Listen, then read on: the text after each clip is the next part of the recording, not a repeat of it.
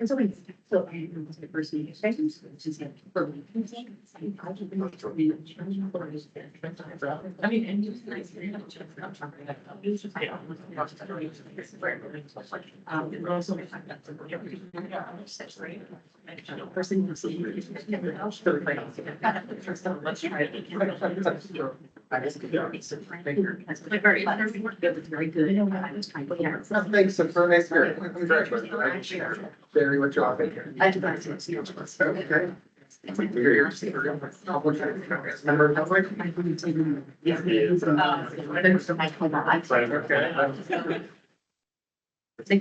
Well, nice to meet you. Yes.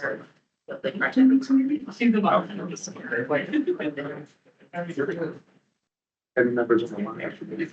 Well, what are the practical impacts of it? Exactly. Cities still. I mean, not happening, which is one of the, so it doesn't feel like. That's how it's.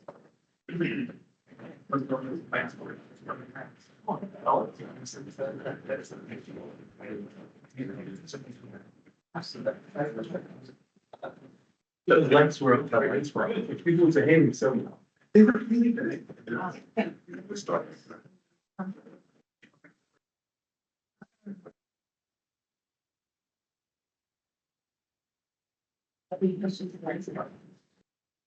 Good morning, everyone. I'm going to call this meeting of the Community and Economic Development Committee of the Anchorage Assembly to order.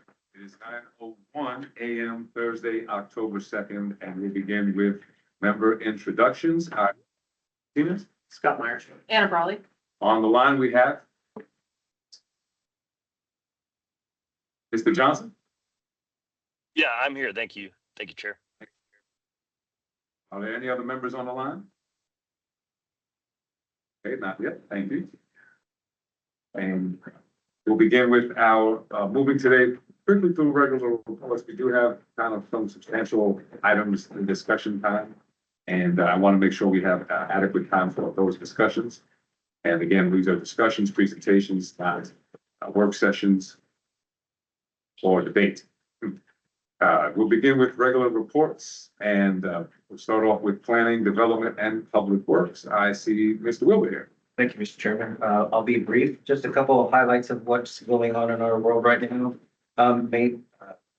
First of all, we have regarding the AV upgrades in this room, we've got to put the RFP out on the street, competitive bid. We've selected a candidate. We'll be reaching out to them to start that work.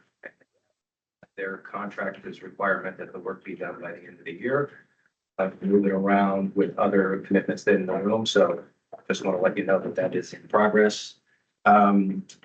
Also, I'm working with Courtney Peterson and Public Works Administration to calendar a time for a meeting of the heads of the limited road service areas. There was a time when we got all of the service areas together. Just want to touch base and see how they're doing. We're going to talk about communications, contracting, if they want to make some changes to some things, appointments. I've been talking to Barbara Jones. She's offered to give them a little bit of tips and tricks, and so we can get that calendar here pretty soon. Mr. Colhase may talk about, we're just doing a lot to prep for winter, not only the street side, but in the facility side. So it's a lot of activity going there. On the budget world, been working with departments for year end to find out how they're going to turn out this year. Most of them are doing pretty good. So anyway, that looks pretty good. Looking forward to reviewing the administration's 26 budget on the operating and the capital side. Make sure that we've got some changes, as you noted in the 120-day memo.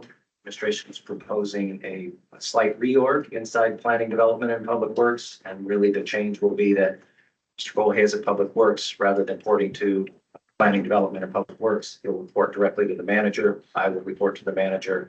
He will keep the public works departments. I will then have planning, development,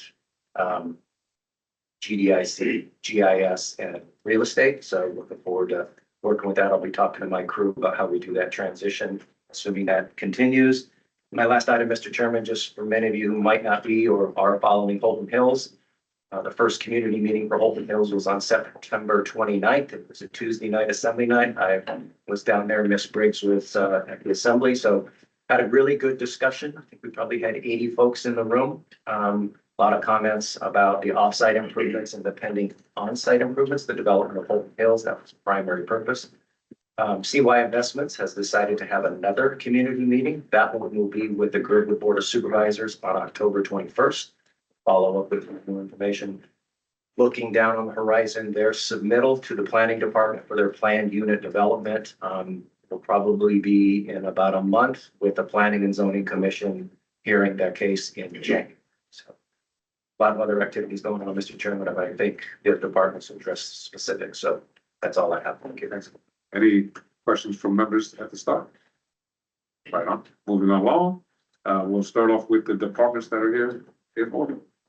Development services. Excuse me, Chair. Yes, oh, yes, Baldwin, I do have a question for Mr. Wilbur, if it's all right. just on the record, Mr. Baldwin Day is here with us. Floor is yours. Thank you, Chair. Thank you. Mr. Wilbur, I'm curious how the reorg that you just discussed is envisioned to contribute to the mayor's 10,000 homes in 10-year strategy, and how you see the reorg supporting that work.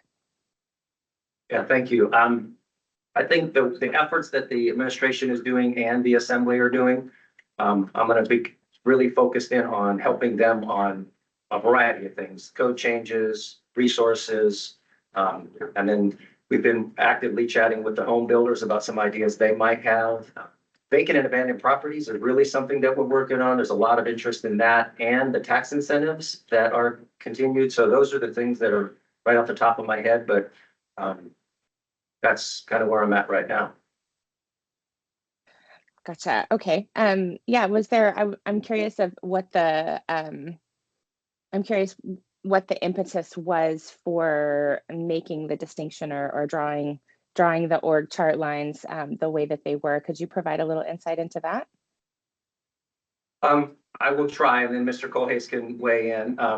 And talking to the municipal manager, I think they just, instead of having what might appear as repetitive between Mr. Colhase and I going through the administration or to the manager's office, I think having Mr. Colhase focus and continue to focus on public works, not have to work through me through that process, and then have me report directly to the manager and have a lot more focus and attention just on those three major departments. But Mr. Colhase can add to that. That's exactly what I would offer, is that right now the organization is double stacked. I report to Lance reports to Becky. I think they envision that there'll be a little bit more efficiency if Mr. Wilbur doesn't have to stay up to on the day-to-day items that are under the public works umbrella, and instead that I can work directly with the manager on those, still keeping Mr. Wilbur apprised because we'll be working closely in the same building, but just eliminating that double stack reporting structure that exists right now. Thank you. Yeah, I can see how the game of telephone and also trying to keep tabs on that volume of detail would be really, really tough. So yeah, it makes a lot of sense. Thank you. Right, thank you, Member Baldwin. It seems like the distinction is between like potholes and policy. If I'm landing the plane, like who to call with the pothole, who to call with the code change, and the bigger conversations of strategic alignment and, as you described, resources, et cetera. So that makes a degree of practical sense. I look forward to seeing how it comes to us as well. Thank you. You were. I was going to turn it over to Right. Mr. Slay and Yes. Mr. Campbell and Thank you. Mr. King. Right. Thank you. Morning, Mr. Chair, Greg Sule, Public Services. Today, I'm lucky to have Daniel King here to talk about the third-party plan review update, and Scott Campbell and Quincy Arms to talk about dangerous property foreclosures. That'll be happening later on under new business, so I'm going to keep mine brief this morning here, but just a couple updates. We are on track to hit about 600 million again in construction valuation, pretty much right exactly where we were this time last year. Today, we're anticipating we'll get confirmation that we were able to successfully transfer our unspent 2025 labor budget into a capital account for the purchase of new software. So we have every intention of getting a new vendor under contract, very soon and beginning implementation of our new software system. What we've been told by the vendors is that it's a 9 to 12 month implementation period, so optimistically, we should be live by September. Of course, as far as software solutions go, so that is optimistic. That's all I have. Any questions from members? Mr. Sule? Right, moving right along. Planning department? It's bad. Fine, thank you, Chair. I will probably start with an overall view of the planning department itself and then hand it over to long range to catch you all up on some of the AOs and the activities from long range division. But for the department as a whole, we're almost fully staffed. For the first time in a very long time, we have, I believe we have 1 or 2 positions open in promising candidates.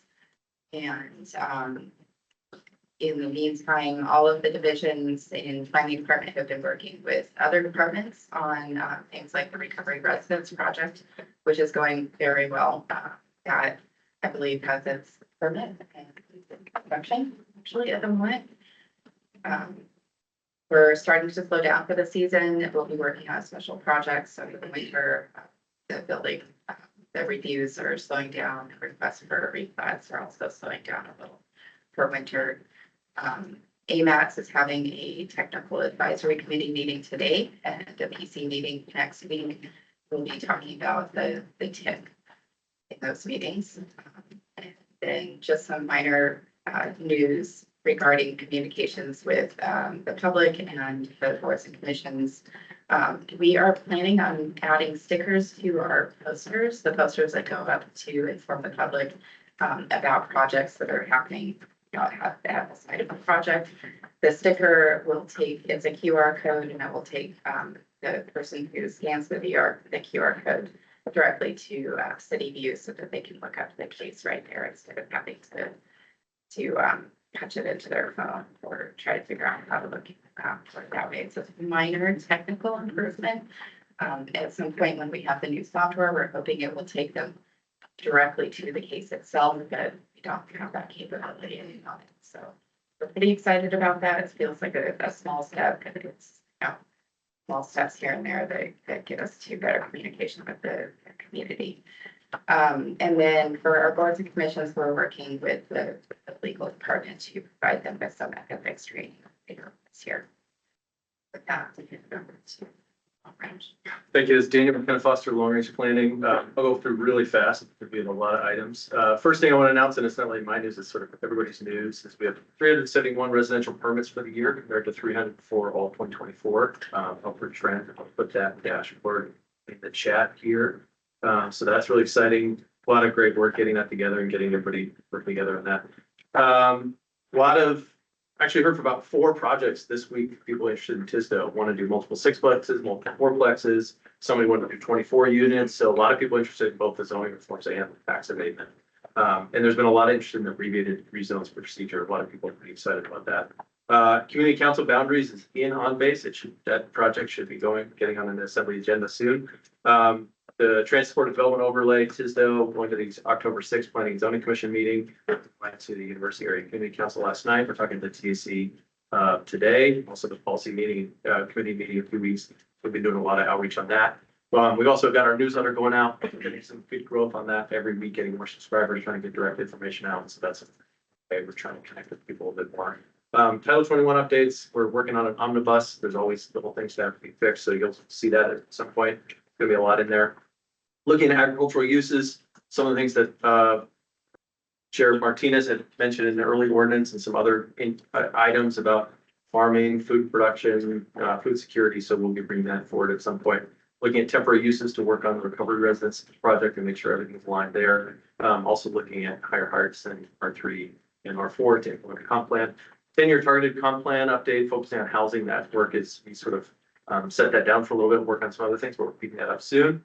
We're also looking more at some of the 2040 land use plan and some of the sort of lingering issues with that, but we might bring that forward in the next coming months. CDBGR, that's the Community Development Block Grant Disaster Relief Projects from the earthquake years ago. we're moving forward on that Eagle River Comprehensive Plan, Streets and Highways Plan update, big update. Wetlands Management Plan update, and really getting those wetlands remapped. That's an issue we've seen a lot of questions about. We're also looking at tracking building fires and loss units, working a lot with development services. As you've probably seen in the news, every once in a while, there's a new apartment burns down. We're losing some of those units, and we're trying to track more how many units we do lose, even as we add more. As I mentioned in the newsletter, we're putting that out, encouraging more people to subscribe, so we can give you all the information that we have. And we're working with street maintenance to do just a lot of education on what it actually takes to manage the streets, what it costs to manage the streets and the snow. And we're looking to put together a little video. We had a really great meeting where Paul Van Lanningham showed us with his models, like what it actually takes. And I think everybody was kind of fascinated by it. We're trying to get that out to everybody else. So. Thank you. Questions, Member Bro? Yeah. Just pause, just to acknowledge Member Constant, that Chair Constant is on the line with us. Member Bro. Thanks. I guess two quick questions. One, could you give an update? It can be offline. Where in the queue, in the planning and zoning queue, the ordinance that I think it was AO 2025-63, the one that has to do with self-storage units in B3. We had referred it to P and Z. It wasn't a high priority because we know there's a lot of other things going on, but just want to see when that's scheduled because there was another draft ordinance that I am the bottleneck on that we were going to add to so that they could be discussed together. So if you can just give me a rough timeline, that would help me with that hard deadline, that follow up for later. And then that's really interesting. I'm happy you guys are tracking units that have come offline or that are not habitable. I wonder if I was just trying to look up in the tax records. I know there's like building condition and there's one for, I think it's 0. It's like the worst possible. So it'd be interesting to also add those. Not, whether or not it's been lost in a fire, there's plenty of buildings that aren't on the VNA list. But I think just characterizing how many, buildings or houses, residential buildings are literally not able to be used for one reason or another. So just to add that to your list. Thanks. If I may clarify, Yeah. that last point, we're trying to figure out how to track. Okay. So I think that we actually have a solution to that problem. Yeah, because it looks like it's one. By initial fund, because those units that are damaged in fire, sometimes they come back online, sometimes they don't. So we are working on that. We will be sharing information. Whether it's a number or just a check. Okay. Yeah, and I would encourage looking at that building condition in the tax records because I know it does track with like, you literally can't live in it. Thanks. Any other questions from members? Thank you, Long Range. And Devin. Moving on to Public Works. Thank you, Mr. Chair. Touching on the 3 departments of Public Works, not a lot of updates since last we met. Most of their work is routine. Maintenance and operations they're finishing their last round of sweeping. In the street maintenance world, some good news. Paul's been able to fill some of the vacant positions he has. He and Shay have also undertaken a really interesting effort to reclassify some positions into what they're calling street maintenance assistants, which would be a little lower class position that would allow for some entry level people to come in, have the opportunity to work and get the hours and have their CDL costs paid, so we can bring people on board early, maybe attract some high school students or people who are graduating high school. So looking forward to Paul being able to fill some positions through that new model. We have several new pieces of equipment that have arrived recently, some graders, some sanders. I don't have the exact list, but I'm welcome to be glad to get that to folks if they'd like to see it. And then there is additional equipment that is currently on order that was funded by the levy that was passed this spring.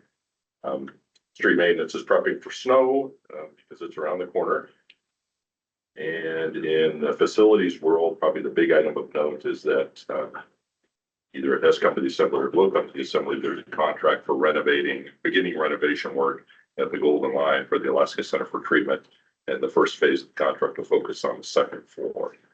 So I can get more information on that if folks would like that. I know that's a priority of the administration to get that work underway. In the PM&E world, mostly wrapping up projects right now. We typically see the asphalt plant shut down in about 2 weeks, the 15th of October. So a lot of scrambling to get things wrapped up. Many projects I think have already been completed. I've mentioned some of them: Forest Park Drive, Jewel Terrace, street maintenance has done some paving work on Crawford and Terry Street. There's a couple others that I'm probably forgetting, but quite a few projects have been completed, and there's a couple of others that are now wrapping up. A big one that will continue work next summer, but will be available for use this winter is the Northwood snow disposal site that members are familiar with. That it's been a very expensive, but highly needed project. And we are going to be poised to use that site this winter, even though there will be some additional work to be done next summer. So that'll be a huge benefit to street maintenance and particularly the West Anchorage snow removal. Then in the traffic world, again, mostly routine work right now. They are striping. They've had some challenges with their striper truck being up and down. And we have a plan in place to replace that piece of equipment as well as some other traffic equipment this winter, which will be a big benefit for Paul or for Brad and his folks.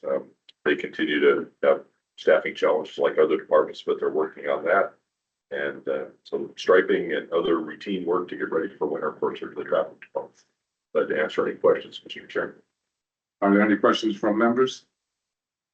Any members on the line with questions? All Mr. right, I have Chair, one. this is a guess. Are we allowed to ask questions or is there only assembly members? Well, there's only time for members. We'll have public participation at the end of the meeting. No problem. Thank you. And I'll follow with the question, can you just give a little more sense of who the target is for the job reclassification of the assistants? And why that?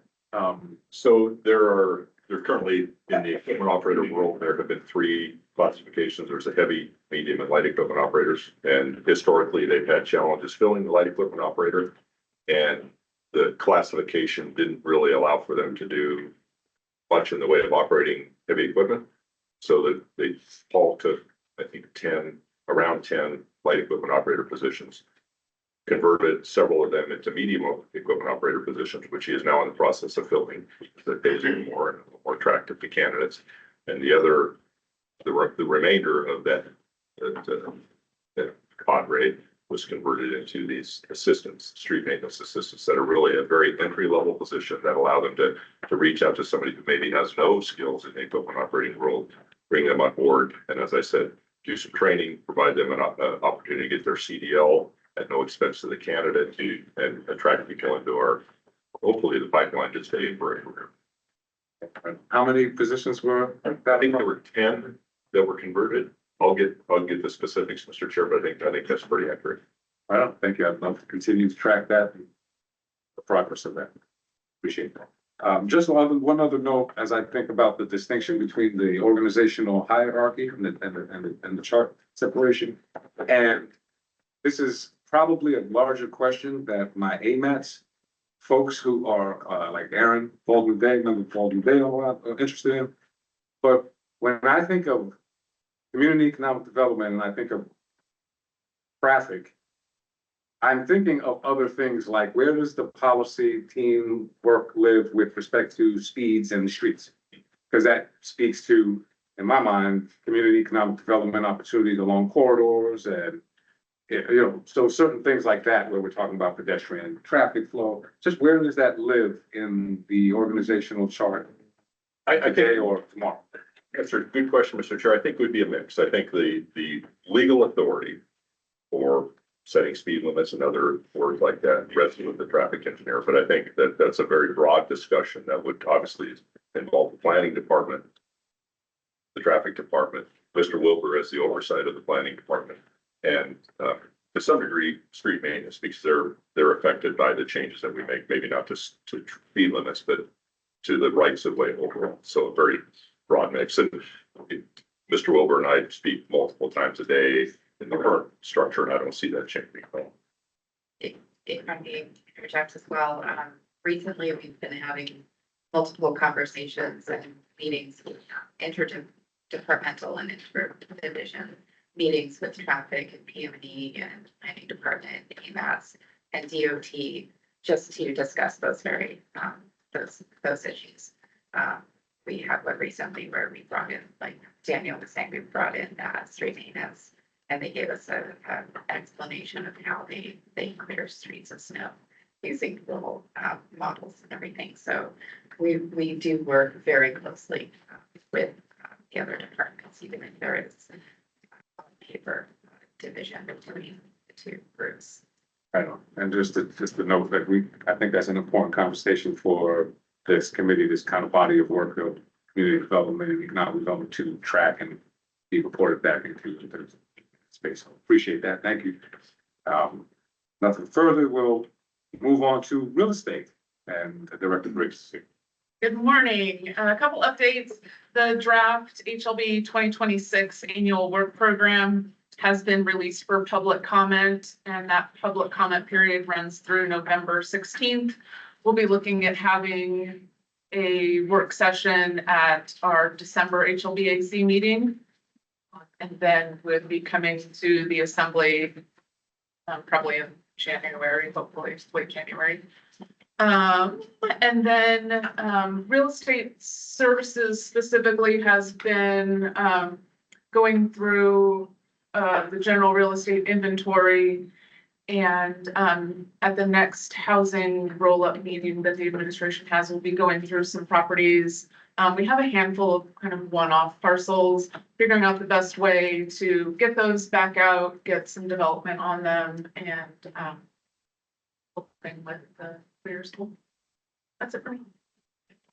Any questions for real estate? Okay, I don't have any questions. Again, just send them if you have them, or text me if you want to be in the queue. And we'll move along to, I saw Mr. Robbins there, if you want to give an update from the Anchorage Community Development Authority. Can I come up here since I have trouble seeing you? Absolutely. I did put together a quick presentation of, since it's been a while since I got a chance to talk to you guys, I like graphics and display, so. Put together a quick presentation for you to look at. Just to give you an update on the things we're working on and things are coming. And I'll keep it quick.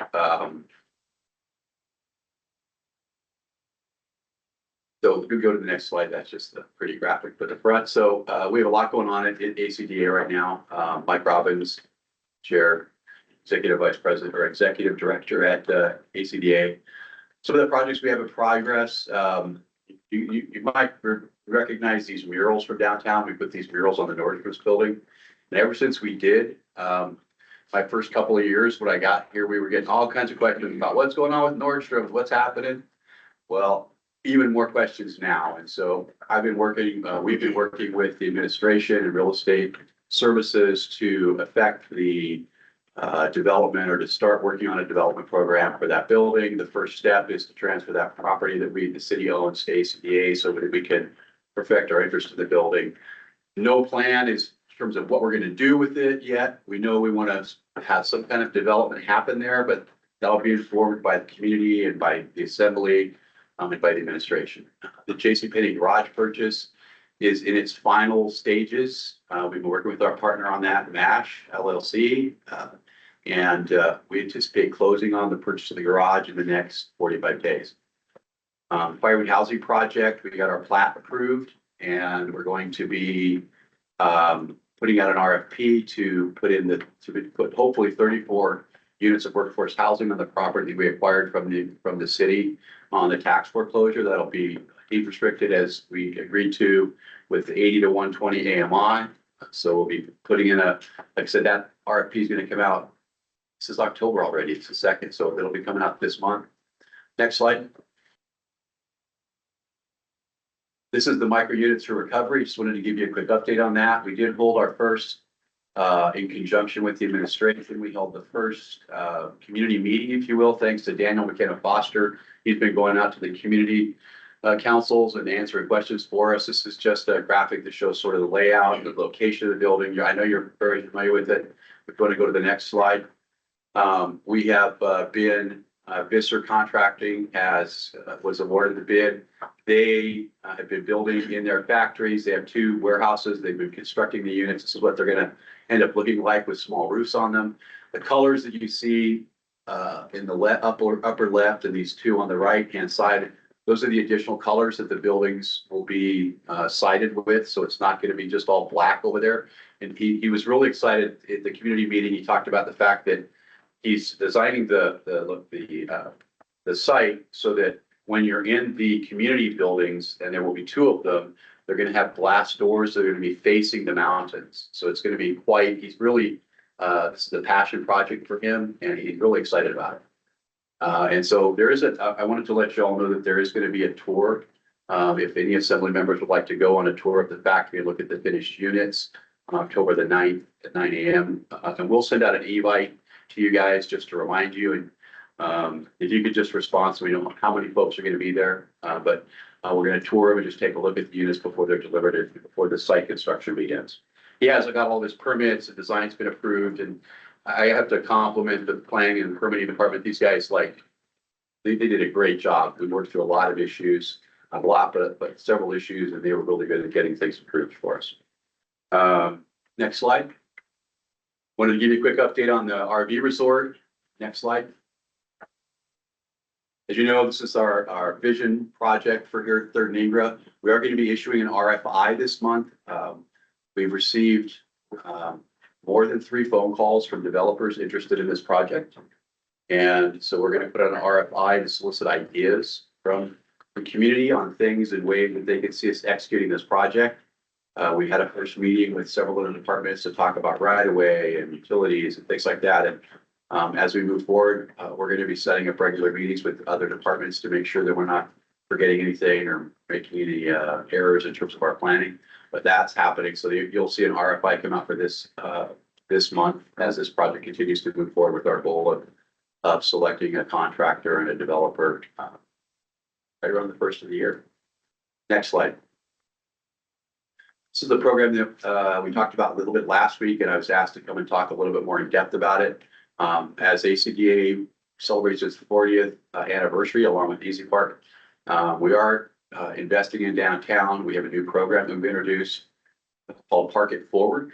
And basically the program's goals are to enhance the downtown experience, support arts, culture, and the creative placemaking, strengthen downtown, and activate underutilized spaces. Next slide. This is the funding source for the project. If you look at this is an outline of the downtown where these street meters are. So part of the qualification for you to be able to apply for one of the grants is that you have a street meter in the vicinity or in front of your business. It's very simple process. And if you have a street meter, you can apply. It's open to profit, nonprofit. As long as you meet the funding goals or the program goals, you can apply for a grant. We have 2 forms of grants. We have a small grant, which is $1,000 to $3,000, and then we have larger standard grants, which are $5,000 to $25,000. The board of directors approved $150,000 for this year in grants that we hope to have issued out by the end of November. Next slide. This was in an answer to a survey that we did. We conducted an extensive survey. We hired Ivan Moore's research, and we surveyed adults, and we found out how they were using downtown, more or less, what would cause them to use downtown more. If you go to the next slide. We asked people, what would cause you to go downtown more? And these are the answers that they gave us. And so we programmed these answers into the downtown grant program so that we could support these activities and development of these programs and try to increase, again, community events, strengthen the small businesses downtown. Obviously, we've been working hard we don't have much to do with transportation, but we put a lot of effort in the transit center downtown and cleaning it up and making it safe and secure and pretty, better, nicer. So this program is currently underway. We opened it for grants, opened it for applications on the 15th of September, and it will end on the 9th of October. We have put together, it's being run by Melinda Gant, our external affairs director. We put together a committee of folks to analyze the grant requests that we get, and we'll let these out. And again, it's anywhere from $1,000 to $25,000. Next slide. Is there anything left? Oh, that's it. Any questions? All right, yes, we'll start off with Member Constant. Thank you for the presentation. Member Constant, the floor is yours. Yeah, thank you. At some point in the not too distant future, I think we need to see a kind of comprehensive view of all of the land you have accumulated over the last 5 years and what position each of those properties is in terms of becoming developable, because we continue to see proposals to acquire more land, but we see lots of proposals for moving towards development, but we haven't seen too much in terms of development. So I think at some point we need a comprehensive kind of snapshot of all the acquisitions and all of the projects that are ongoing. I know there have been some questions raised about the substantial increase of cash in your financial position after the assembly approved the refinancing essentially of the police department building that took us from paying for a $17 million building to a $40 million building, all fully financed. And that is a real question of financial stewardship for those of us who are in the fiduciary seats over here. And so I think that there's at some point in the not too distant future a need to paint a broader picture of the overall moves that are happening right now so that the assembly can be confident that it's making the right investments. Thank you, Member Constant. That's a great idea, Madam Chair. I would love to do that. Whatever mechanism we'd like to set up. Are there any other questions from members? Not at this time. Excellent. I just wanted to highlight, Mr. Roberts, the second to last slide, point number 6. Yeah, the bottom point there. Wow, that's a good point. I'm gonna read it out loud for everybody who may not be able to see it. It says, utilize downtown's natural strengths, capitalize on downtown's walkability, sketchy, scenic views, definitely, and summer beauty. I just wanted to pause on the idea that we want it to be a year-round city, winter city, and we're about to celebrate the Mushing District's inauguration. So let's probably rewrite that a little bit more and bring out the more fulsome vision of that. Right on. Thank you, Mr. Roberts. I appreciate it. Moving into or right along into there are no items for unfinished business, and we'll move into areas of discussion. I'll open up with the first item on the area of discussion for A, discussion of AO 2025-96, Penny for Progress. I'll do, we all have it here. I'll do a pretty straightforward presentation. I have a slideshow. Admittedly, there may be some, let's say, salesmanship language in there. This is not the sales pitch time. This is just straightforward. Any questions and kind of just matter of fact, high level in. But I want to recognize that initially after the Project Anchorage final kind of fail vote, I met with all of the stakeholders and continue to meet with stakeholders and Randy Salt. And Randy Salt's parting words to us was keep it simple next time. And so this is a 3-page ordinance, a 3-page proposal. And so essentially we'll move forward to the why, first part of the slide.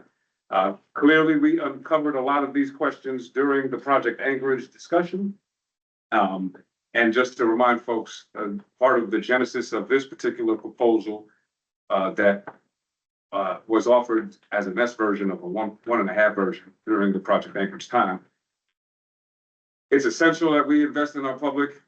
It's essential that we recognize that no one's coming to save us, and it's time for new ways to invest in ourselves. It's a full stop conversation.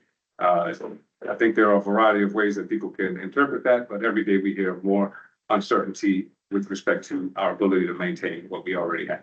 Next slide, please. This body passed an economic development framework, the resolution of 2025-159, that was introduced primarily as a response to, from my vantage point, the failed Project Anchorage. Because one of my critiques of Project Anchorage was it was devoid of an economic development framework. And so that's why there were things that were what people called bells and whistles. And it turned into a different type of conversation where this is more about strategic investment following the framework that we established which has these 4 points identified: truth, stackable ROI, preemptive resiliency, and equity. Next slide. What Penny for Progress does, it's a flat sales tax, 1%. It is a permanent voter-approved sales tax with 3 buckets that we'll identify and talk about. It is standalone, not subject to political cycles, not subject to assembly, not subject to mayoral elections. It is no cap per transaction. It is the only way you establish the framework around equity. All in, everyone contributes. The only exemptions are the ones, and I think this may be an error, the groceries might be an error in terms of language, but the state has mandated exemptions. Some of those mandated exemptions are around food, for example, and the purchase of food with public support, for example. And so there are only state mandated exemptions. Mr. Hurt gave me a one sheet that we worked on, and so we'll make that available to members as well, and we'll circulate that if Mr. Hurt can get that around too, just so we can all be clear about what those mandates are according to the state. And if you all recall, there was a lot of political discussion around the exemptions in the past one. This is only the state exemptions, all flat tax, 1%, all in. And what we did uncover was the same basic scale of dollar revenue matches the model that Project Anchorage gave us, which is for every 1% sales tax, you approximately can generate $60 million. They gave us a 3% sales tax, and they projected 180, and then they broke it into the bucket. So essentially, we expect that that revenue pool is similar. They gave us a projected nature of about 30% of the revenue from visitors and non-residents. Everybody gets to contribute, and we think that's back to the 4 principles: all in, even visitors. Next slide, please. How the revenue is used. Infrastructure Investment Fund. This is the roads, sidewalks, snow, utilities, measurable ROI, public visibility. Not roads to nowhere. Roads that have to be built around the stackable ROI of why we're investing in the infrastructure, because it's the corridors where we want the housing, because it's where we're building where the tax incentives for the bigger housing units to come online to go in.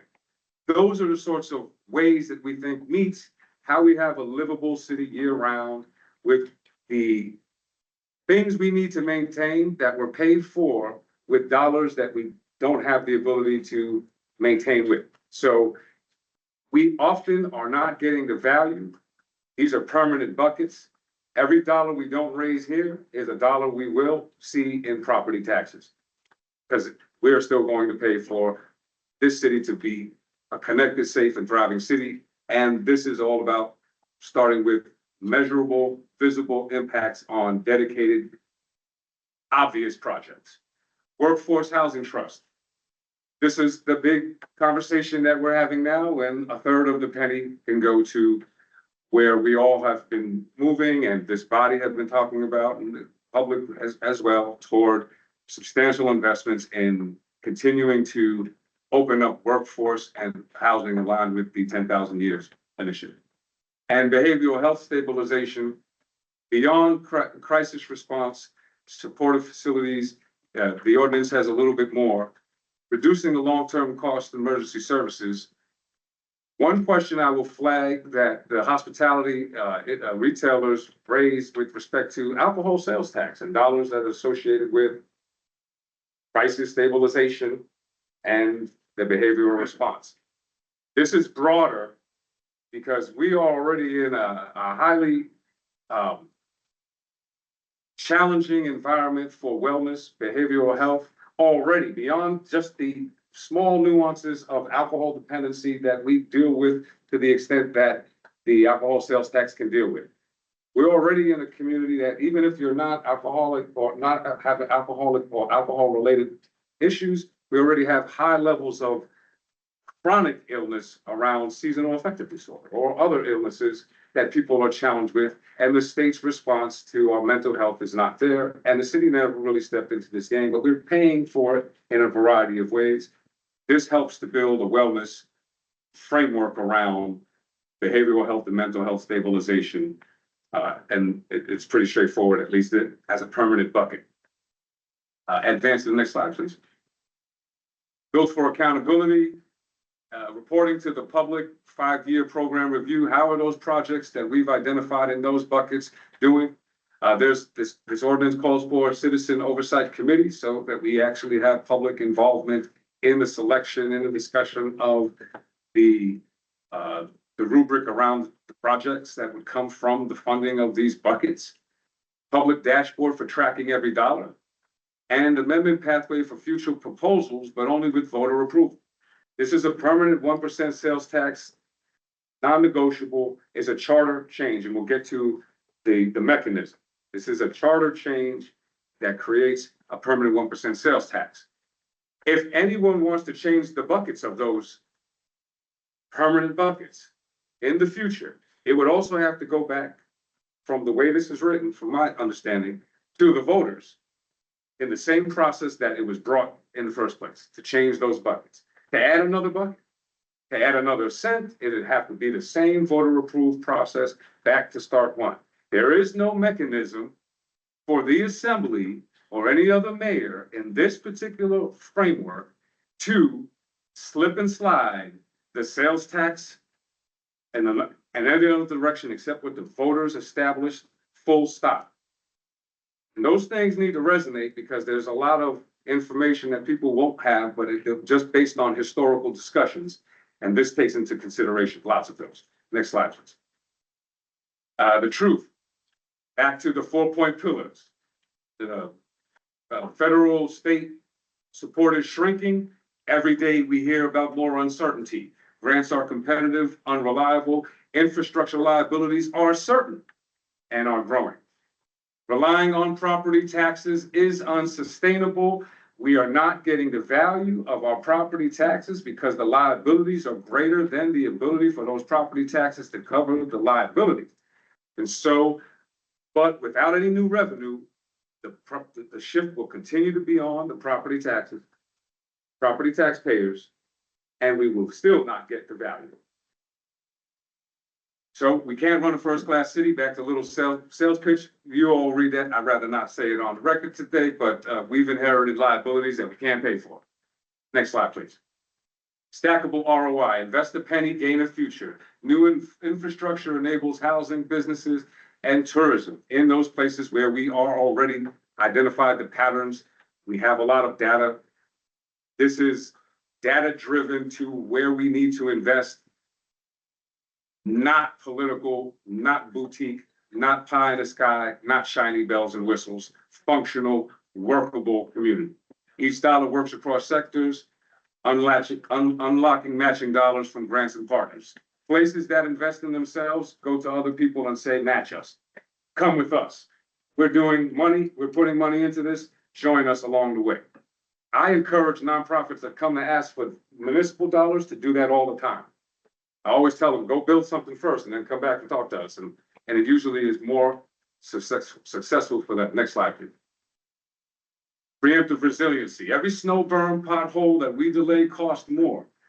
I mentioned this week at one of those things, at a potential project connecting to the ability for us to have sidewalks, streets year round is critical. It's fundamental. And so we often are also seeing projects that don't have the ability to get funded, like trail projects on the Chester Creek Trail without a bond project nearby and then stretching the goodwill of a bond project to maintain. So we have all of these wonderful assets that we rely on in the core of our city that are not funded for any sort of ability to maintain. So deferred maintenance, exponential, the more we wait, the more expensive it gets. And moreover, the more development opportunities keep looking and say, I would love to build something there, but the cost of these other things is so overwhelming. Can't bring my development opportunities to the city. And that's a problem for us. Penny for Progress helps us to get ahead of some of these problems. Next slide, please. Shared equity contribution. Everyone contributes, including visitors. Then businesses benefit from improved infrastructure. Neighborhoods benefit from visible upgrades. Communities win. Visitors come to the city, see communities winning, they get to win and be a part of that. No carve-outs, no loopholes. There are no tax breaks. Everyone is in. We need revenue to maintain, it's a full stop conversation. Next slide, please. Not a gimmick, not temporary, not for just downtown, not open-ended, there are no tax cuts for out-of-state anybody. There are not even extra exemptions beyond what the state is. Everyone has a little skin in this game all the way. It's targeted, it's trackable, it anchors local jobs, continues to help us actually build our community and have some ability to begin to invest in things outside of our current framework, but that help us build the economic arc of tomorrow. Next slide, please. Let's build Anchorage together. And in my mind, in 5 years, when we review, and if you think of a $20 million investment stack per year in walkability, connectability, livability, what if you did a project across 5 years? What if the housing project, if it's $20 million bucket in 1 year, but all of a sudden in a 5 year, we have a stack of $60 to $80 million for housing projects? What does that look like in our community for a penny? So a couple of penny for project signs. I would love people to take pride in these things. I love visitors to say, I love spending dollars in those cities. I love visiting there because they're doing that project. I can't wait to come back next year and see that penny project. Because that's what they said happened in Oklahoma City. They said it started with a penny, but we got the version that was like the fourth, fifth tranche.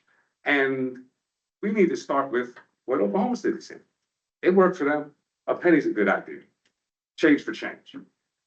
Communities that invest in themselves, they're the ones that send the signal of what tomorrow's possible. Next slide, please. Thank you all. If there are any questions that I can help answer immediately, I'm open just now, but this is much more of the opportunity to present. And if you have any questions, feel free to send them to Mr. Hurt, or this is coming before public hearing on October 21st. I'll pause now for any member comments, questions. Member Brawley in the stack, and if any members on the line want to stack up, Mr. Myers is in the stack, or that's just right. Thank you, sir. Member Thanks. And I just saw Ms. Baldwin Day's hand on the team, so. Yes. So I have several questions, but I know we don't have a lot of time, and I'll put them in writing as well. One is, I know you mentioned there's no transaction cap, and I know with the Project Anchorage piece, the transaction cap was, I think, on $100 or whatever it was. So I'm curious, like, how much that actually does change the estimated revenue. It would make it more, obviously, because you'd be paying more on a larger transaction. So I guess the bottom line is I would like to see a summary of economic effects and I know those come from the administration. I think that's really helpful because we have to understand the magnitude of what we're talking about. A couple of questions on implementation, and again, I'll put these in writing and email as well. You mentioned a committee. Would this committee be deciding where the funding goes or advising? Because I think that's an important distinction. And I guess what's on my mind is, having gone through several implementation of recent taxes or fiscal changes, there's been a lot of either things that weren't contemplated when something went to the ballot, or things that were unclear or became kind of difficult to implement. So I've started asking these questions more and more because those of us on the body will be having to deal with that eventually if this passes. So that's kind of one big question, is what that committee would do and what its scope is, because it's, anyway. And then the next one is, it is a fair amount of money. Also, infrastructure is way more expensive than a lot of other kind of items that we could fund. So I'm wondering if the sponsors contemplated an order of priority, or, essentially, if there's not enough money to do all those things, is it splitting up? Is it just a menu that can be used over time? That's a general question to think about. setting public expectations for how we would fund all three of those areas if doing it at the same time. Last one is, and maybe this is something to be answered today, has the sponsor already been talking to, external parties who would potentially, either build a coalition or, run essentially a campaign for this ordinance? I think that's also a relevant question because we know Project Anchorage came from another group to us. And I think it's important because when it's on the ballot, we cannot do certain things as a municipality. So that's my questions. A great question, and I'll start off with the last first. This is the one I remember, and then I asked what that he said in the first one.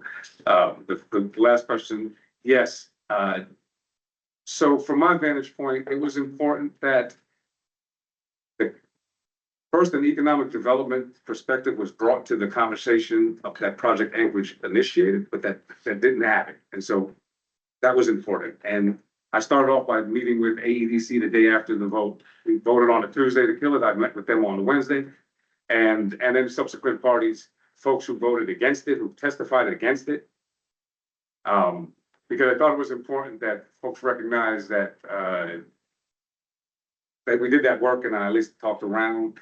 And there is some, I don't want to speak on behalf of any particular community coalitions, but I have a pretty good sense that the compromise here between the rub of what to exempt meets how much property tax to give away from Project Anchorage that has been muted into its flat for all has brought everybody to at least the collective space of some degree of the level playing field. And so I know that at least by those meetings, and we'll see where it goes. But to the point of a coalition, that's my hope, is that if you were supportive of Project Anchorage, you would be supportive of this because this makes sense.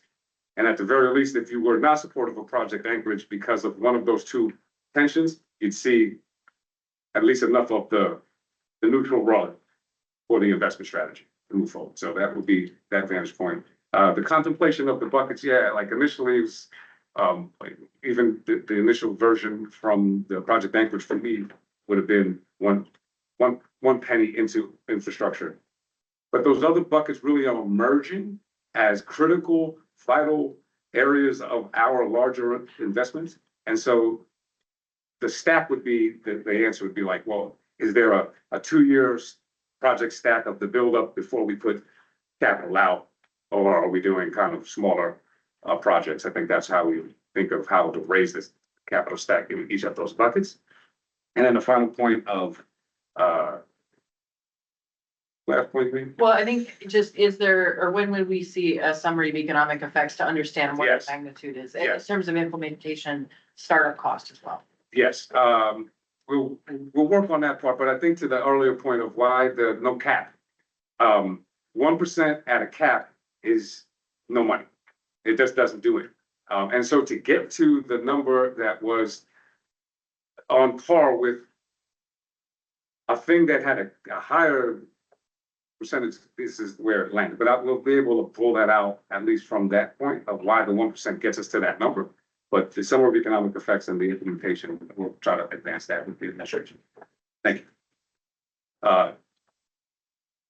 Any other questions from members? Ms. Baldwin Day, I think. Ms. Baldwin Day, you had your hand in the queue. Thank you. Yes, Member Brawley actually asked the question that I was going to raise, so I'm good. Thank you. Excellent. And again, this will be going for opening for public hearing on October 21st. We'll invite members of the public.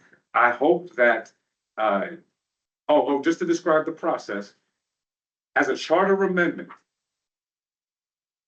the body would be voting with a supermajority to put this on the ballot for the voters to decide with a majority whether they want to approve it. So this is not the Assembly's vote to implement any strategic investment plan, the Penny for Progress. This is about getting it to the voters. And so the process would be a supermajority for us. That's 8 votes. And then it would be a majority at the ballot box for the voters to be able to make this choice. Thank you all.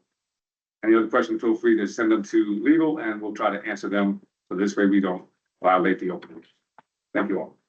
Next on our agenda, we have a discussion third-party review system, member Brawley. And I think you're going to defer or work with. Yeah, I mean, I'll just say, just very briefly, so, this ordinance is in the packet, AO 2023-136 as amended. That was passed in February 2024. So we already have residential buildings, and then critically, and why we need to look at sunset. So the ability to do that will sunset for commercial building. Thought it was residential in addition, and that was actually the way I had intended to write it, but I think it was an amendment from someone else. Anyway, so just the commercial part will go away, and there's a requirement for the department to report back on any audits that have been done and just kind of how it's working so that we can be informed. Because otherwise, if we take no action, that will just go away. So I don't have the information to say whether we should do that or not. But it will take an ordinance or it'll take action by ordinance to extend this, or otherwise it'll go away December 31st. So it's timely. And with that, I would just ask the department to kind of inform us where it's at. Sure. Daniel King, Engineering Services Manager for Development Services Department. And I have a memo that we put together that is a report on where a audit of that. And on my computer, I can share that from here. Memo on third party. Hey, you got it. Yeah.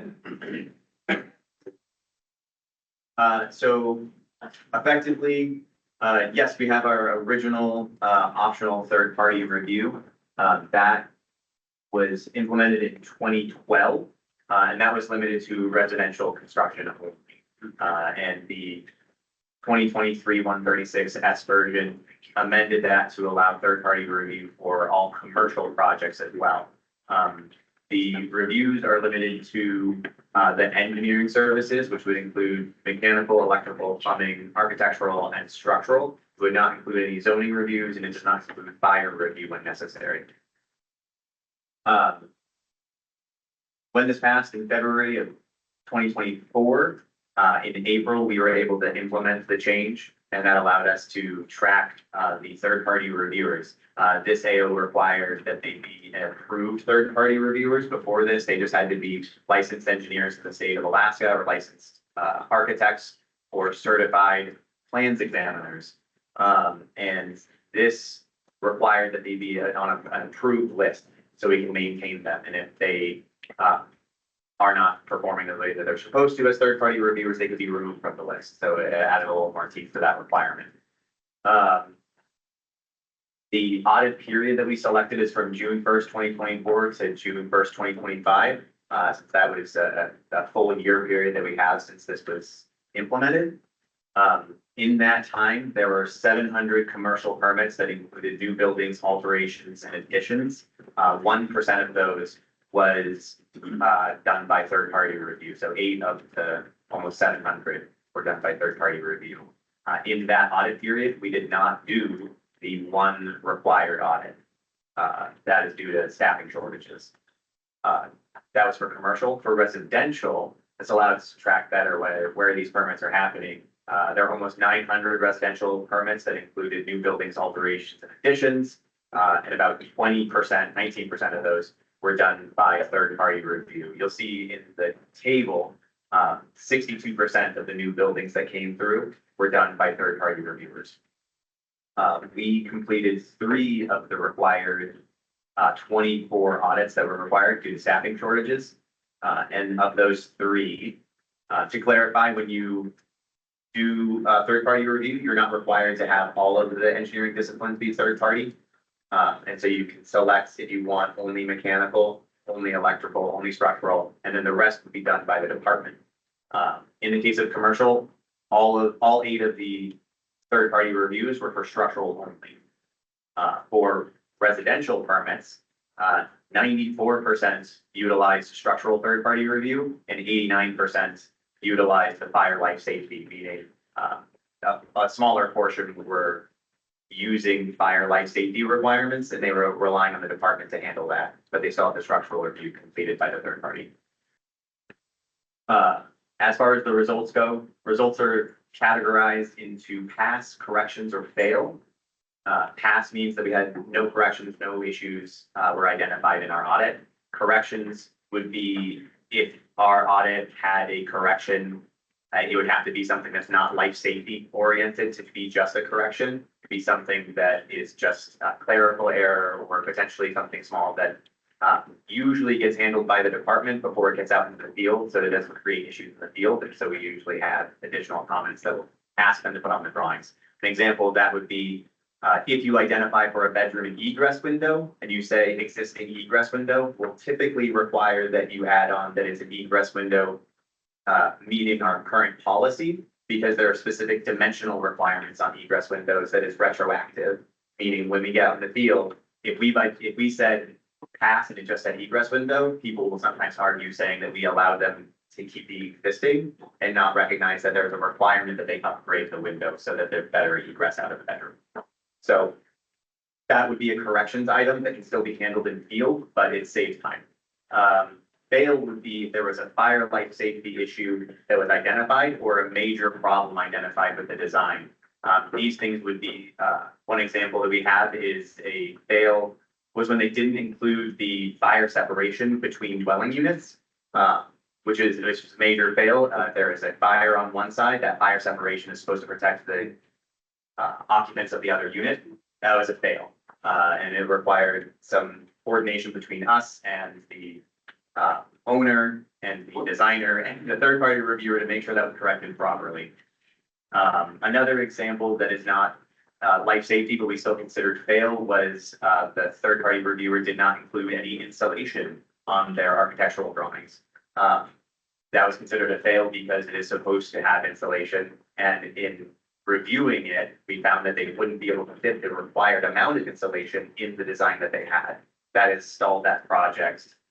If that one made it to the field and had the inspector find the problem, and by the time we identified it, it held up the project a couple months because they had to go redesign their structure to be able to have the required insulation. So of those 6 items that we were able to audit, there were 2 pass, 2 corrections, and 2 fails. I identified those 2 fail for you guys. And in that time, we have 2 more that are not added to this list because they were identified during the audit period, but we're still waiting for the third party reviewer to respond to our corrections and see if they have a reason why they don't need to correct it. Yes, to speak on the staffing shortages, when I came into this position, we had myself as a structural reviewer, and another structural reviewer retired. And so that left us with 2 of the 4 structural reviewer positions filled. And it's taken us a year and a half to be able to fill those 2 positions. In November, we will be fully staffed, which will be great. And that will allow us to complete more of the audits that are required by code. We have identified that there are issues with being able to do these when there are slow periods. The problem being that when these come in, we don't want to do the audits after they've been issued, because that will stop projects happening in the field if there are corrections that need to be made. And so we try to identify permits that are coming in to be handled before they are issued. And so that happens to be the hardest part, because all of the stuff comes in at once. We haven't had the capacity to do audits, which are secondary to our primary job, which is completing plan reviews in a reasonable amount of time. So with just our 2, we weren't able to complete them. And we didn't want to be going back on audits that are currently in construction unless they get identified in field as a problem. A further commentary is that our third-party plan review process is unique in Anchorage compared to other jurisdictions. Engineers have commented on this before to me that typically, and our insurance audit has commented, typically these third-party reviews are handled by an engineering service that is hired by the municipality or the jurisdiction to complete the reviews on behalf of the jurisdiction. In this case, these third-party reviews are being completed by engineers or architects that are expected to be hired by the owner, but often the owner is the contractor. And so there is a conflict of interest when the person hiring is the person that is paying them to do the work, and they want to continue to get paid. We've talked to people that hire third-party reviewers, and they told me directly that they had to change reviewers because they weren't able to complete it in under the 2 weeks that they wanted. And so there is this requirement for third-party reviewers to complete it quickly and complete it with few review comments to be able to maintain that relationship, and to maintain that revenue cycle. So that's just a conflict of interest that's important to point out. We are unique that we do have this option, and expanding this commercial does expand that discrepancy. Yeah, I think that's the majority of where we're at. It's expected that the department will be fully staffed by December of this year. It's for a goal that we were going to provide a 10% audit for next year's report. The reporting requirement does end at the 2026 report for the AO. So there would not be further reports on the audit if that does not get extended as a requirement. And that's it. Thank you for the presentation. Are there any questions from members? I don't see anybody in the text me in the queue. Member Bro. Yeah, I'm on the line. Oh, sorry. Who's that? This is Daniel Boland. Oh, hey, Member Vola. Hey, thank you for presenting yourself. Do you have a question? I do. Yeah, I think it's maybe a comment and a question. You know, I think the capacity and the staffing issues, the fact that we can't maybe do all the audits even, perhaps speaks to the importance of the ordinance of this legislation and the option that folks have to utilize third parties. I guess, you know, it leaves me with the question of why do we think that the structural reviews being done by a third party are such a popular option for residential? Is it because we're having issues with timely reviews by the municipality? What's the reason that so many folks are wanting to do the third party structural review? Sure. And Daniel King with Development Services again. It is a very popular option because it ends up being one of the more contentious review items. For residential permits, you'll see 62% of the new buildings go through third party. It is because the requirements for residential are limited to structural review, a fire life safety review, and a zoning review, basically. There are not mechanical, electrical, plumbing reviews that go with those. Those are all prescriptive in field designs. So you won't find those there. Fire life safety is typically easy to meet on a single family home or on townhouse construction because they're very prescriptive. And so the crux of the issue is going to be for structural, which is specific to every single project and your decision to lay walls out here or there and if they're going to be staggered. So there usually ends up being a lot more comments that we have to have addressed on those designs. It's a popular choice because what we found is we are typically able to complete our first cycle review for most residential projects within 4 days. 4 business days is what our goal is, and 95% of the time we meet that for new residential construction. What ends up happening is our comments end up taking time to address, and they don't always address them the first cycle, first re-review cycle, where they will sometimes come back and say, okay, this is what we're going to do, and we have to explain why that's not going to work. We found that as an issue sometimes. One large addition project that we had that was converting a residential into a commercial assisted living home ended up being quite the problem because of how complicated the design was. And the designer ended up leaving the project because it was too complicated for him to complete. The engineer they had substitute was local and was able to handle 90% of the comments, wasn't able to finish it out, and it required a third engineer to come in who was able to complete it in a day because he understood what the issues were. So it can be very complicated on these projects to be able to make them meet the code, where I found structural review on third party will often go through in one cycle because they are not looking for the same amount of issues that we have found.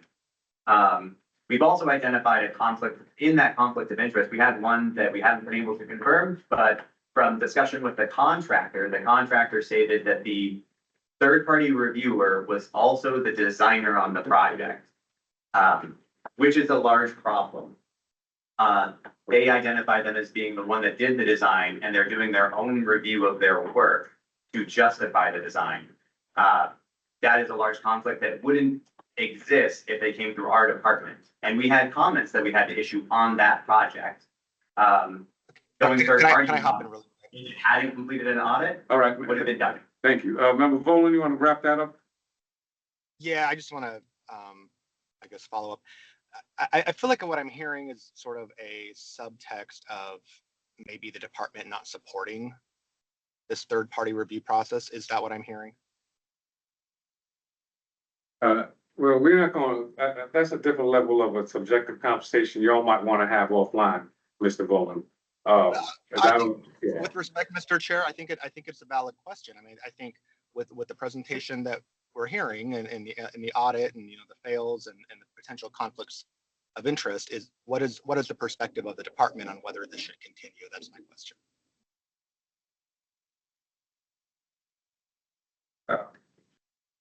So, Daniel King with Development Services again. I am. I'm going to ask you to just keep it direct to the answer to the question and not go meandering. Sure. I am in support of a version of this third party. I do agree that it is a great option. I don't believe we've been able to control bad actors in third party review because we haven't had the staffing to complete the audits because we've been focused on completing the reviews that are required in our time more than the audits. All right, thank you, Mr. King. Mr. Volan, I want to jump in and use my gavel right now and just describe that the question that was answered by Mr. King essentially is from a municipality's perspective and a staff perspective, they're dealing with what they're dealing with as best as they can.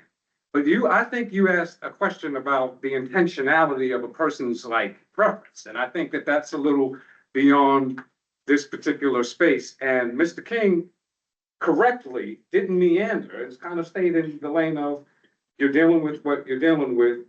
And so there's a presentation of the observable, and we're getting the facts as policymakers.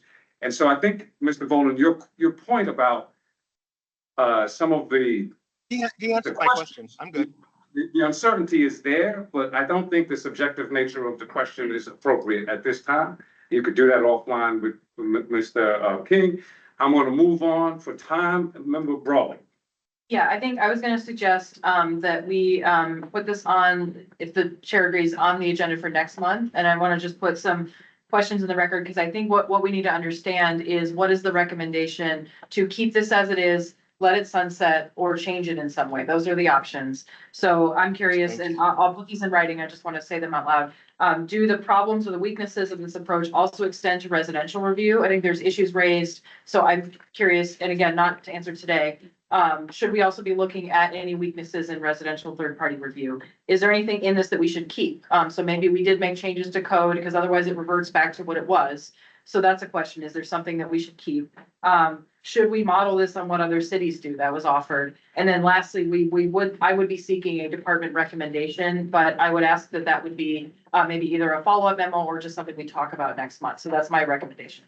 I appreciate that as the sponsor. I think that is a wise call, and this committee obviously will accommodate your time and the additional time for the next meeting. Thank you, Member Brawley.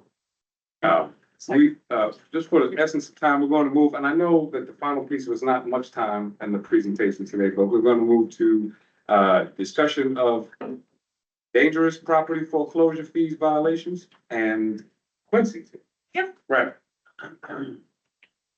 So Quincy Arms from the legal department, and I have Scott Campbell from code enforcement. The muscle time. Is that right? Code abatement. Code abatement, code enforcement. So this ordinance is up for public hearing on Tuesday. It's a product of a work group, the municipal manager, Scott's team, legal, police, fire, also land use enforcement. And this anybody?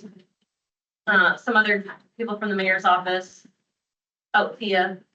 And we're really targeted on nuisance properties and what can we do about them? How can we get these property owners to either get the work done, get them back on the market, or otherwise just dive back with the properties and let somebody else do it? So one big category of nuisance properties is dangerous buildings. Yeah, you can go to slide 2.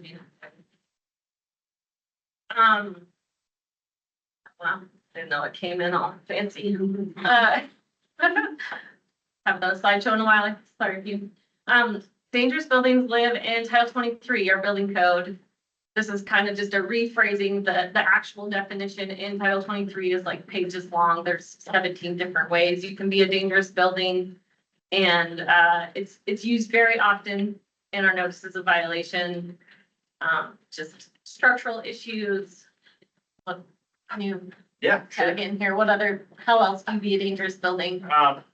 A lot of dangerous buildings and vacant and abandoned are considered dangerous buildings. I think this really applies and will help code abatement in that area. We encumber a tremendous amount of board up fees on a weekly basis. Our staff goes in and typically with some of these properties that are bank owned or owned by a negligent property owner, they're often broken into. In fact, one of the new tactics is using sawzalls and battery operated chainsaws to cut holes in the side of the building so they can gain access. Our team goes in, boards those up. We do it very effectively. And what we try to do is maintain security on the premises. When we do this, it's a cost that's encumbered by the municipality. We apply those costs as a lien on the property. And in the past, we have struggled to reclaim some of these liens. So I think the legal team and Quincy have been really helping us to get another tool to put in our toolbox so we can be more effective in the field. Okay, so can you go just 2 slides up? Or, so this is the substance of the ordinance. This is what the underlined language is what will be added.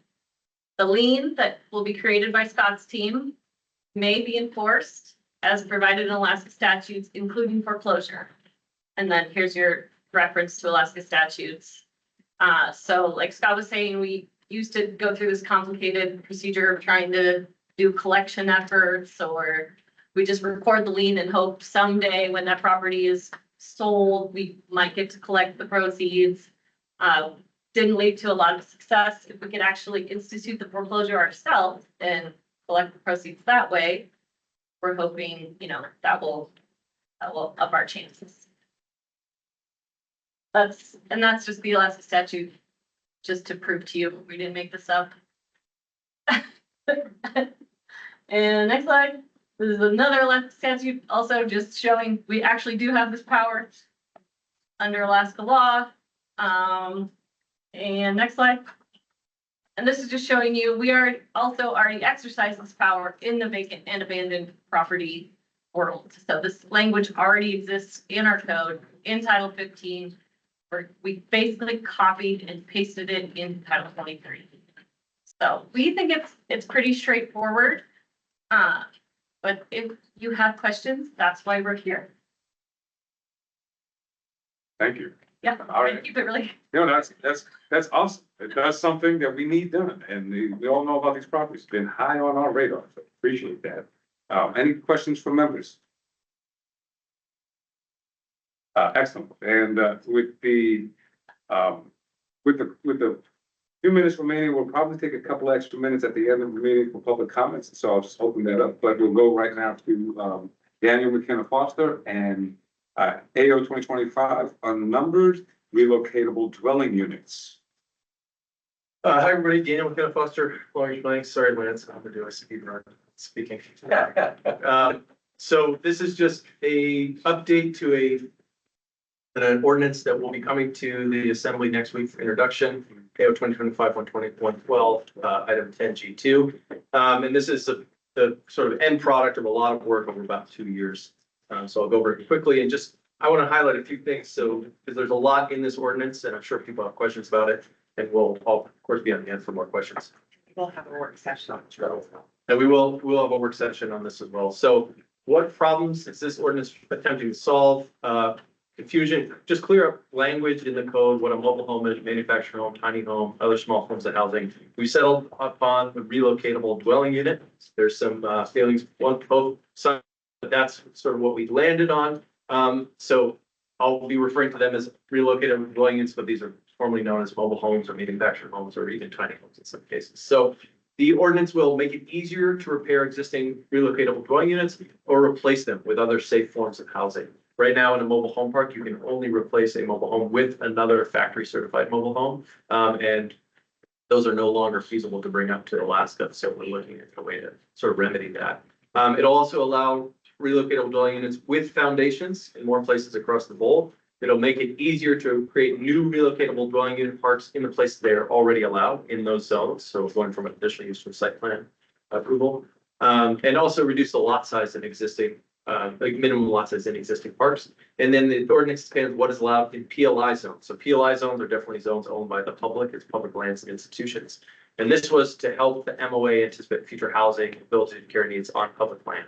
And the rationale behind that is that anytime the community is using PLI land or there's a project on public land, there's usually that extra level of review. So that's not to sneak anything in, it's just thinking we're going to have those procedures in place. And so it makes it easier to do that review at sort of different level. So I kind of think of it, there's a lot in this ordinance. It's sort of like a container ship. We had to load a lot of things in it, but thematically all the cargo is related. So quick timeline. The Assembly allocated funding to the Planning Department to commission a feasibility study back in 2023. So AR 2023-102S, you can see it says planning for a feasibility study. We commissioned a contractor to produce a report. They worked on it in 2024. And that report found that mobile home parks are actually no longer really feasible. The thinking then, I understand, was that maybe the municipality can play a role in building a new mobile home park, developing a new mobile home park or a relocatable dwelling unit park. And this report found that it just doesn't really make financial sense anymore.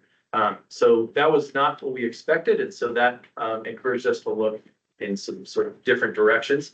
We had a lot of really productive work with Building Services Department to address some of the issues around this aging housing type through zoning code. And one thing they mentioned is that, a big issue is that people can't repair existing manufactured dwellings, relocatable dwellings, mobile homes. And so that sort of became our focus is rather than building new parks, what if we focus on fixing up what we have and making it easier to use what we have and making sure those many of those properties can be safer than they are now. And then the planning department brought the item to the June 9th, 2025 Planning and Zoning Commission meeting, who recommended the item for approval. And I can put all those links in the chat. So key items in this ordinance, one, it renames this category of housing to relocatable dwelling units. So that's a lot of the ordinance. If you're looking at that, you'll see a lot of just name changes in relocatable dwelling unit community. It changes the use table, where RDUs are allowed, how RDUCs are approved, and also expands where rehabilitative care and transitional uses are allowed. So that I really want to emphasize because I'm sure people are wondering, well, how does that relate to RDUs? That came out of, as we were working on this project, we're working on the recovery residence project here at Tudor, and thinking about, could these fit in or not? Could rehabilitative care be used? Could it be a transitional use, living use or not? And so you'll see that in the use table that those are really in the PLI. So the ordinance expands what's allowable in PLI zones and use specific restrictions for relocatable dwelling unit communities and PLI zones. So it's a little easier to do a relocatable dwelling unit community in a PLI zone. But again, that's assuming there's always going to be more process for public land. And a lot of smaller lot sizes in these communities, but provides requires the placement of new units to consider the state of existing sewer and water infrastructure. So we've had multiple meetings with the Alaska, it's the mobile home owner and renters group, and they had some concerns and we were able to take some of their concerns and get it into the language. So, of course, if it's an AWUS system, AWUS is going to verify it. For private systems, we have something in the code that says, no, you can't place a new relocatable dwelling unit on a failing infrastructure system. It's a private system that can verify that. So generally feedback has been positive, a lot of support from a lot of different angles. I mean, the need is really high. A lot of these mobile home communities they've been around for a long time and they need a lot of work and people want to do work and this will hopefully facilitate that. Multiple meetings with the Alaska Mobile Home Owners Renter Association, and multiple calls from park operators interested in upgrading units and replacing old units. People saying, "Oh, cool! We have some spaces that they're not conforming, but we'd love to replace them, but we couldn't until now." And so it's it's been great for me to give people the good news. So, here's the use table. As I mentioned, everything is highlighted. So some of this stuff, you'll see that the relocatable dwelling unit is allowed in all residential zones. That's with a foundation, right? So, it's not a temporary. And then, the manufactured home community or relocatable dwelling community is moving from conditional use to site plan review in the zone where it's already allowed. And then you'll see in the PLI column and that last column, there's more flexibility for a number of uses, including building carriage and transitional living. So any questions? Yes, Member Brawley. Yeah, I mean, I'll say also there's a work session. This item is gonna be discussed tomorrow along with another ordinance, but my quick clarifying question. You said you can only replace a mobile home with another mobile home. Is that the pre-1976? So I can't do like a 2025 manufactured unit. It has to be a pre-70s unit. Is that right? Through the chair, currently the code says you can only place a mobile home in a mobile home park. So, and it has to be a mobile home. The pre-1976 mobile home code, you can't place those anywhere. Those are considered so old that you can't move them anywhere, even to an existing mobile home park. Okay. You could place a new mobile home in a mobile home park. The problem is the feasibility study found it's so expensive to get new mobile homes up here that it just doesn't really make any sense. So if we had a big supply of mobile homes up here, it would be a little bit easier to replace those in parks. But this is saying now instead of having that restriction, you can replace it with anything that the building services department can certify as safe for occupation. Okay, thanks. Any additional questions from members? And I just wanted to have confirmation of that last table. Essentially, RDUs could be used as an ADU if there's a permanent foundation upon which the RDU sits. Yeah, it's sort of, it's a relocatable dwelling, but the second it gets onto a foundation, it just becomes another dwelling. So, yes. Thank you. That is new. And clarifying, I think, is important. Thank you very much. I just asked my colleagues for the grace for a few extra minutes for public comments. Are there any members of the public who are interested in public comments? This is not a time for questions, but public comments. Mr. Mike, I know you, but come on forward and just introduce yourself. And you have Good morning, my name is Mike Brent. I'm a member of the University Area Community Council. I'm going to do a Dan McKenna speed run. Yes. The logo looks like Miss Minutes from Loki, and yes, it makes sense. I like to make sense. I've testified before. I'm not rich and I'm working for free. I'm a Fed essential, according to somebody. But I want to put skin in the game. I want to be a member of this community, both a member of the community of Alaska at large, but also a member of the community of Anchorage. And so if that means that I have to pay more in taxes, so be it. It's not that I don't care, but I want to be a member of this community. Let's have some joy. The guy who was talking about the new vehicles at the muni. I want to, let's name the new equipment. Let's have a competition. Let's get it online. My first nominee is the Nitty Gritty Sand Spreader, and the next is Ice Busters. Regarding the homes, I brought this up before. For RDUs, repurpose existing space to manufacture homes. We have the there's existing warehouse space, for example, the Northway Mall that has a large open area. And we also have that crazy ass tent that the previous administration purchased. It could be used to be inflated, and you could actually build the RDUs simply in a controlled environment, disassemble them, and then reassemble them on site. It doesn't always save money, but because that's how they do it in Europe. But it does allow the trades and other crafts to build on a controlled climate, build year round, which is one of the challenges we have, and build a safer, more comfortable structure for our community. And then for Member Brawley, if you could add to the record a question about, will there be a pink tax exemption? I'm concerned about, I looked online, and I could not find the list of statewide exemptions. It said medication, but Often women's hygiene products are not considered medication, even though they're necessary. And I would like to make sure that there's not a pink text, failing that. Thanks. Thanks for your time. See any other members here? Mike, was that you on the phone earlier? Yeah. I recognized your voice, so. Right, no, I appreciate that, because I want to make sure that you got your time. If there are no other members, the public will adjourn. Thank you, everybody. Oh, we have one more hand. Heather Harris. Yes, hello. Just wanted to say real quickly, hello and thank you.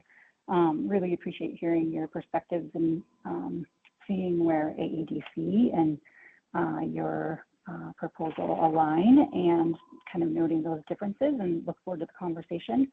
I'm the interim CEO and president here at AEDC. So thank you. Thank you, and thank you for making sure you got her today. And thank you, Mandy, for flagging that. And with that, we will adjourn 10:34.